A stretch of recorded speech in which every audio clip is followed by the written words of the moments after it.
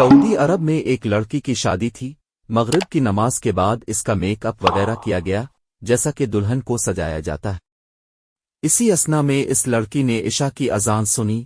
اس نے نیچے جانے سے پہلے عشاء کی نماز پڑھنا مناسب سمجھا۔ لڑکی نے اپنی ماں سے کہا کہ میں وضو کر کے نماز پڑھنے لگی ہو، تو لڑکی کی ماں حیرت سے اسے دیکھتے ہوئے بولی، کیا تم پاگل ہو؟ مہمان تمہیں دیکھنے کے لیے انتظار کر رہے ہیں اور تمہارے میک اپ اور بناؤ سنگار کا کیا ہوگا؟ یہ تو سارا پانی سے دھل جائے گا۔ میں تمہاری ماں ہوں اور تمہیں نماز نہ پڑھنے کا حکم دیتی ہوں۔ اور کہا، واللہ اگر تم نے ابھی وضو کیا تو میں تم سے ناراض ہو جاؤں گی۔ بیٹی نے کہا، اللہ کی قسم میں یہاں سے تب تک نہ جاؤں گی جب تک نماز ادا نہ کر لوں۔ میں کسی کو خوش کرنے کے لیے اپنے اللہ کی نافرمانی نہیں کر سکتی۔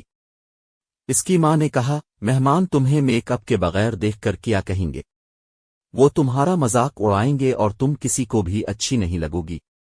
لڑکی ماں کی بات سن کر مسکراتے ہوئے بولی، اب اس لیے پریشان ہو رہی ہو کہ میں لوگوں کی نظر میں خوبصورت نہیں لگوں گی، لیکن میں تو اپنے پیدا کرنے والے کی نظر میں خوبصورت بننا چاہتی ہوں۔ لڑکی نے وضو کیا جس کی وجہ سے اس کا سارا میک اتر گیا، لیکن اسے میک اپ خراب ہونے کا کوئی افسوس نہیں تھا اور نہ ہی لوگوں کے اچھا برا کہنے کا کوئی خیال تھا، کیونکہ اسے لوگوں سے زیادہ اپنے اللہ سبحانہ و تعالیٰ کے سامنے سرخرو ہونا تھا۔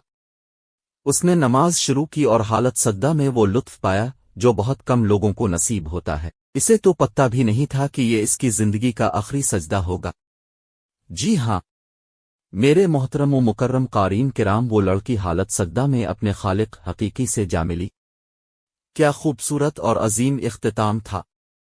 وہ اللہ کو قریب کرنا چاہتی تھی۔ اللہ عز و جل نے اسے اس حالت سجدہ میں اپنے قریب کیا جہاں ہر مسلمان اللہ کے قریب ہوتا ہے۔